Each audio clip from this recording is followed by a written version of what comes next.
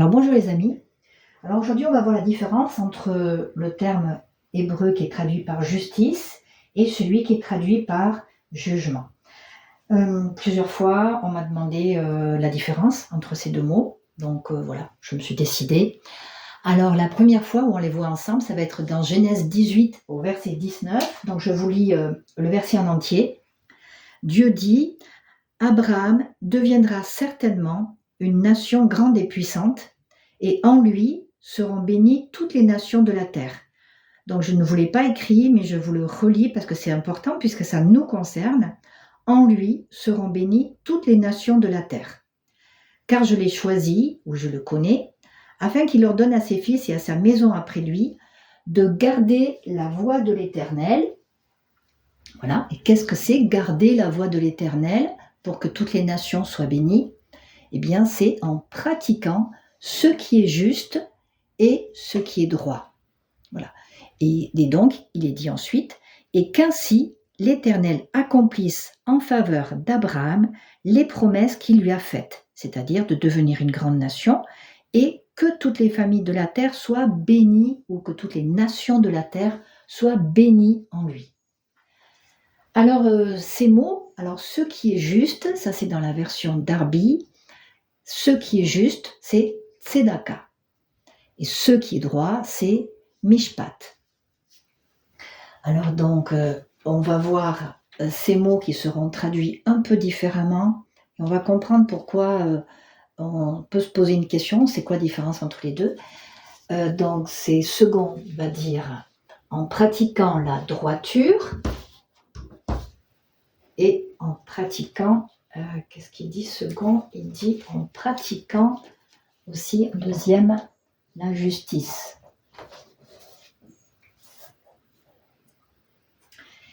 Et la version anglaise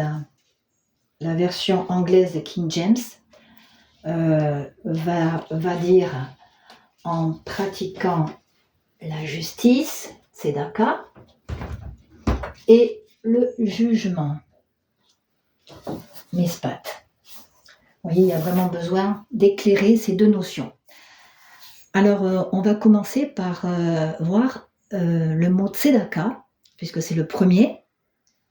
Alors, le mot tzedaka, on l'a déjà vu, on a déjà parlé de tzadik, juste, tzedaka, on en a parlé, donc je vais revoir avec vous, puisque c'est le 1, c'est le premier. C'est le 1, rien n'est au hasard, avec Dieu, rien n'est au hasard dans l'inspiration. Donc, qu'est-ce que c'est qui est important? Pratiquer ce qui est juste, qu'est-ce que c'est? Alors, on prend toujours la règle de la première mention et on va regarder la première fois où le mot tzedaka est mentionné. Donc, ça va être avec Abraham aussi. En Genèse 15, au verset 6, Abraham a déjà obéi à Dieu en quittant son pays. Et il a commencé à vivre dans cette amitié avec Dieu, dans cette foi en Dieu. Et à un moment, il est découragé, Dieu lui fait des promesses. Et Dieu va lui parler à travers les étoiles. Il va lui dire, regarde les étoiles, compte-les si tu peux, et voilà, ce sera ta postérité.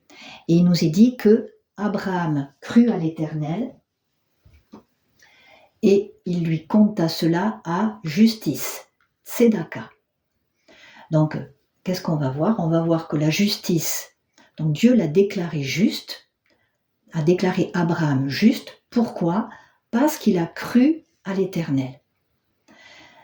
Donc, c'est par sa foi que Dieu l'a déclaré juste. Alors maintenant, je voudrais aller un peu plus loin avec ce mot, tzedaka, donc justice. La première fois qu'on va voir le mot tzadik, qui veut dire juste, ça va être dans Genèse 6, verset 9.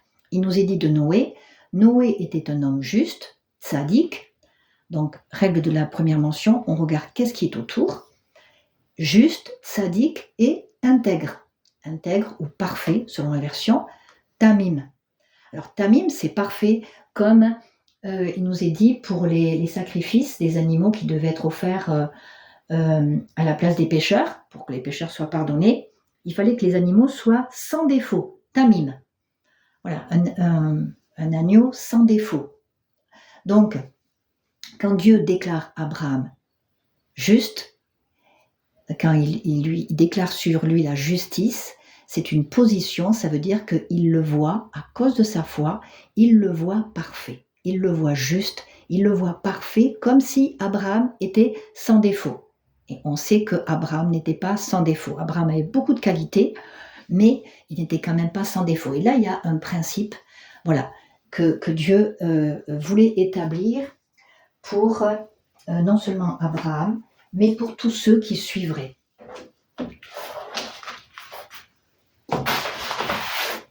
Alors on reprend notre verset.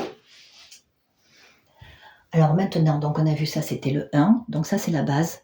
La base c'est une position, la justice c'est une position. Dieu nous a fait don de la justice, a fait don de la justice à Abraham et à ceux qui vont avoir la foi comme Abraham.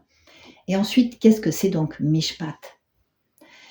Alors Mishpat, ce qui est droit, la justice, le jugement, c'est quoi? En fait, on va voir, ça commence par un mème, le mème qui contient Shapat.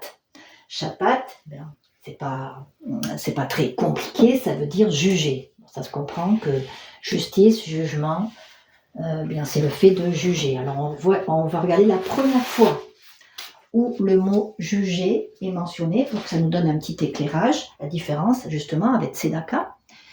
Donc c'est dans Genèse 16 au verset 5. Donc c'est Sarah qui s'adresse à Abraham. Le contexte, Abraham et Sarah ont une promesse de Dieu pour un enfant, et puis Sarah étant stérile, au bout de nombreuses années, elle dit à Abraham, va avec ma servante, avec Agar, et puis l'enfant qui va naître, ça va être l'enfant que Dieu nous donne. Et donc c'est ce qui va se passer. Abraham va aller avec Agar, et quand Agar va se trouver enceinte, Agar va mépriser Sarah. Et c'est suite à ça que Sarah va dire à Abraham que l'Éternel juge, Shaphat, entre toi et moi. Et là, on comprend que le mot juger, Shaphat, c'est différent de Tzedaka. On voit de Tzadik. Tzadik, c'est un état, être juste. Tandis que Shaphat, c'est une action, c'est entre toi et moi. Shaphat, ça veut dire juger, ça veut dire prononcer une sentence. Donc, la sentence, elle peut être positive ou négative, ça peut être pour ou contre. Donc, ça veut dire aussi punir, ça veut dire aussi justifier. Ça veut dire aussi donner des lois, trancher des litiges, exécuter des lois. Et ce qu'on voit, c'est que la première fois donc, que ce mot Shaphat, juger, est employé, c'est l'Éternel qui va juger.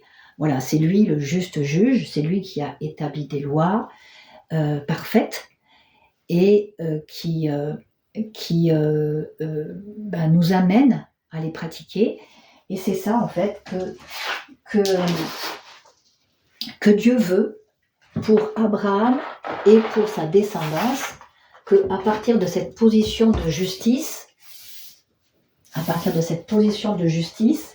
Tzedaka, voilà, l'homme peut être rendu capable, donc on va dire c'est le numéro 2, voilà, d'exercer ce qui est droit, d'exercer une justice selon la pensée de Dieu, avec l'aide de Dieu. Voilà. Si ça vous a éclairé, vous laissez un pouce et un commentaire, et je vous dis à bientôt. Au revoir.